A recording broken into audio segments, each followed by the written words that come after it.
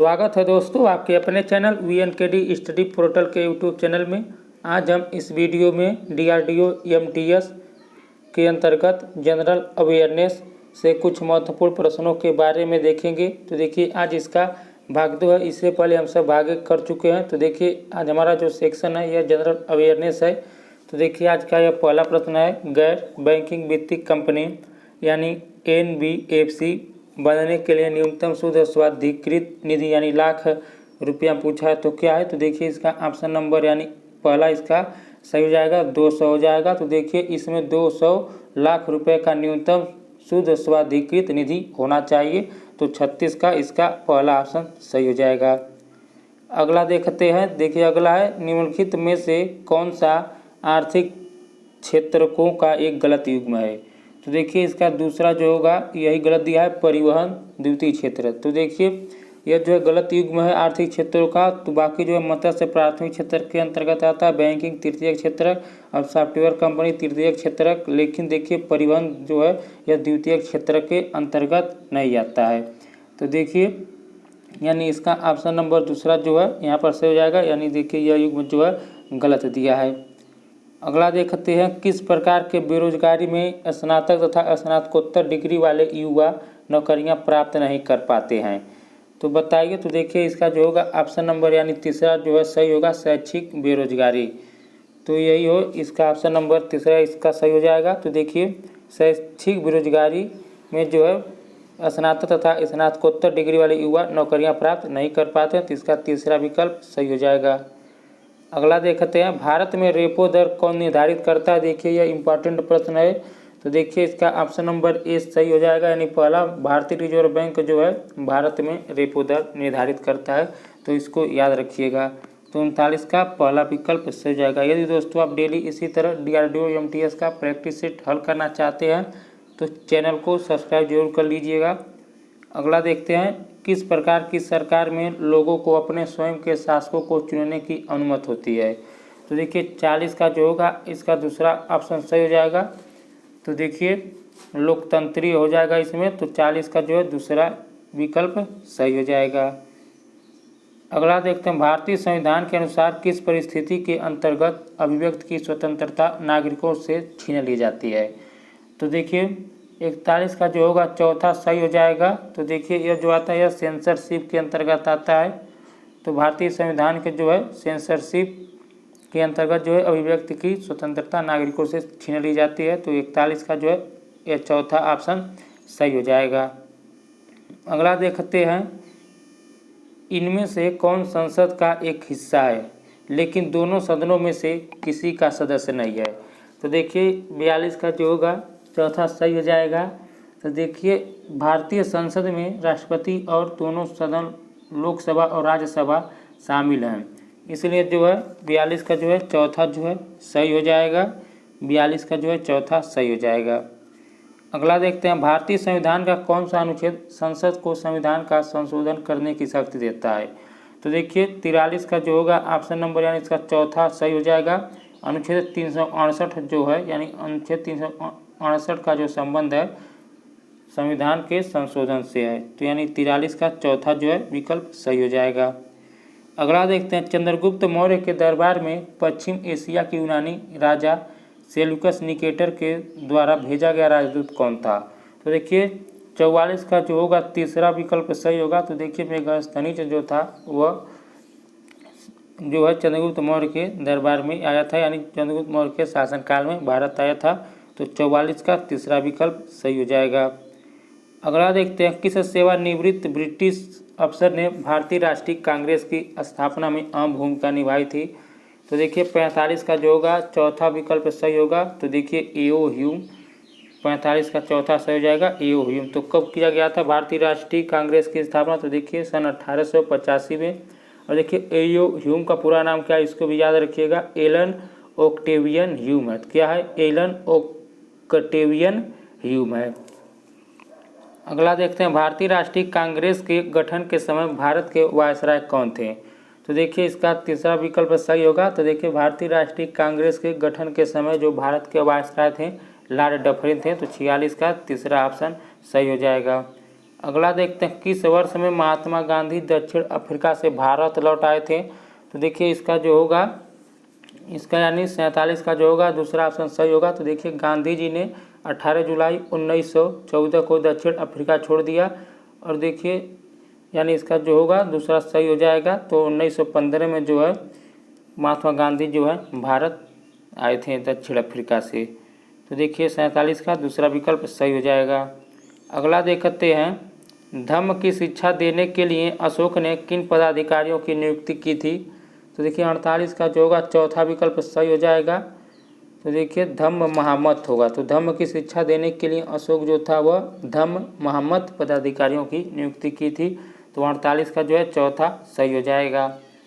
यही दोस्तों, आपने अभी तक चैनल को सब्सक्राइब नहीं किया है तो सब्सक्राइब जरूर कर लीजिए। हम सब डेली दोपहर जो है 2 बजे DRDO MTS का प्रैक्टिस सेट हल करते हैं, तो इसलिए चैनल को सब्सक्राइब जरूर कर लीजिएगा। अगला देखते हैं जैन तथा बौद्ध धर्म के समय कितने आश्रमों को मान्यता प्राप्त हुई थी। तो देखिए 49 का जो होगा दूसरा सही हो जाएगा। जैन तथा बौद्ध धर्म के समय जो है चार जो है आश्रमों को मान्यता प्राप्त हुई थी, यानी 49 का जो है दूसरा विकल्प सही हो जाएगा। अगला देखते हैं भारत की मुख्य भूमि 8 डिग्री 4 मिनट तथा, अब देखिए पूछा है तो देखिए यह जो होगा 50 का ऑप्शन नंबर दूसरा सही हो जाएगा, यानी 37 डिग्री 6 मिनट उत्तरी। तो 50 का जो होगा दूसरा विकल्प सही हो जाएगा। तो देखिए भारत की मुख्य पृष्ठभूमि यानी 8 डिग्री 4 मिनट, तो देखिए तथा यह जो होगा 37 डिग्री 6 मिनट उत्तरी अक्षांशों के बीच फैली हुई है, तो इसको याद रखिएगा। अगला देखते हैं उत्तर पश्चिम में भारत किन 2 देशों के साथ थल सीमा साझा करता है। तो देखिए 51 का जो होगा पहला विकल्प सही होगा। तो देखिए उत्तर पश्चिम में भारत जो है पाकिस्तान तथा अफगानिस्तान 2 देशों के साथ थल सीमा साझा करता है। तो 51 का जो होगा पहला विकल्प सही होगा, तो इसको याद रखिएगा। अगला देखते हैं थाल भोर तथा पाल घाटियाँ बताइए खाली स्थान दिया में दर्रे हैं। तो देखिए 52 का जो होगा पहला सही हो जाएगा, तो यानी पश्चिमी घाटियाँ में दर्रे, यानी थाल भोर तथा पाल जो घाटियाँ हैं वो पश्चिमी घाटियाँ में दर्रे हैं, तो इसको याद रखिएगा। 52 का जो है ऑप्शन नंबर ए जो है सही हो जाएगा। अगला देखते हैं निम्नलिखित में से कौन सा हिमालय की नदियों के बारे में सत्य नहीं है। तो देखिए 53 का जो होगा दूसरा विकल्प सही होगा। तो देखिए यही सत्य नहीं है हिमालय की नदियों के बारे में कि वे केवल वर्षा से पानी प्राप्त करती हैं। तो 53 का दूसरा जो है यह असत्य दिया है, तो इसका यही सही हो जाएगा। अगला देखते हैं तमिलनाडु के तट यानी अपनी कुल वर्षा का एक बड़ा हिस्सा प्राप्त करते हैं बताइए।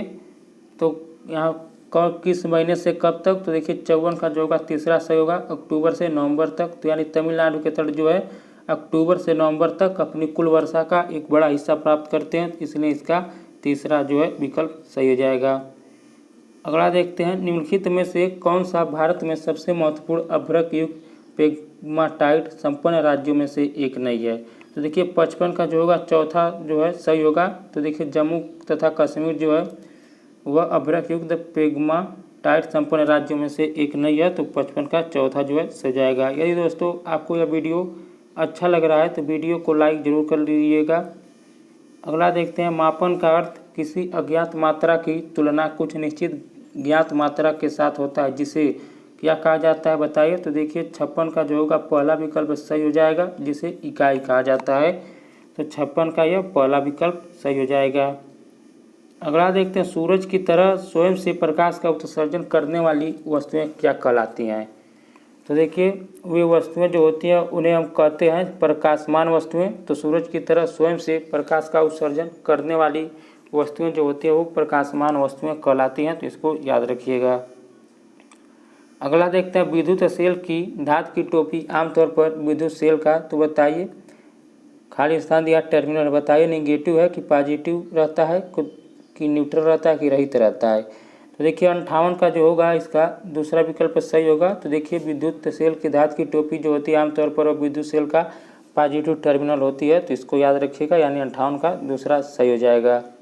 अगला देखते हैं निम्नलिखित में से कौन सा रोग विषाणुओं यानी वायरस के कारण नहीं होता है। तो देखिए 59 का जो होगा, देखिए 59 का जो होगा चौथा जो है सही हो जाए टाइफाइड जो है यह जो है वायरस के द्वारा नहीं है, इसको याद रखिएगा, वायरस के द्वारा नहीं फैलता। बाकी जो है पोलियो, चेचक, इन्फ्लुएंजा ये सब जो है वायरस के द्वारा फैलता है, तो 59 का चौथा विकल्प सही हो जाएगा।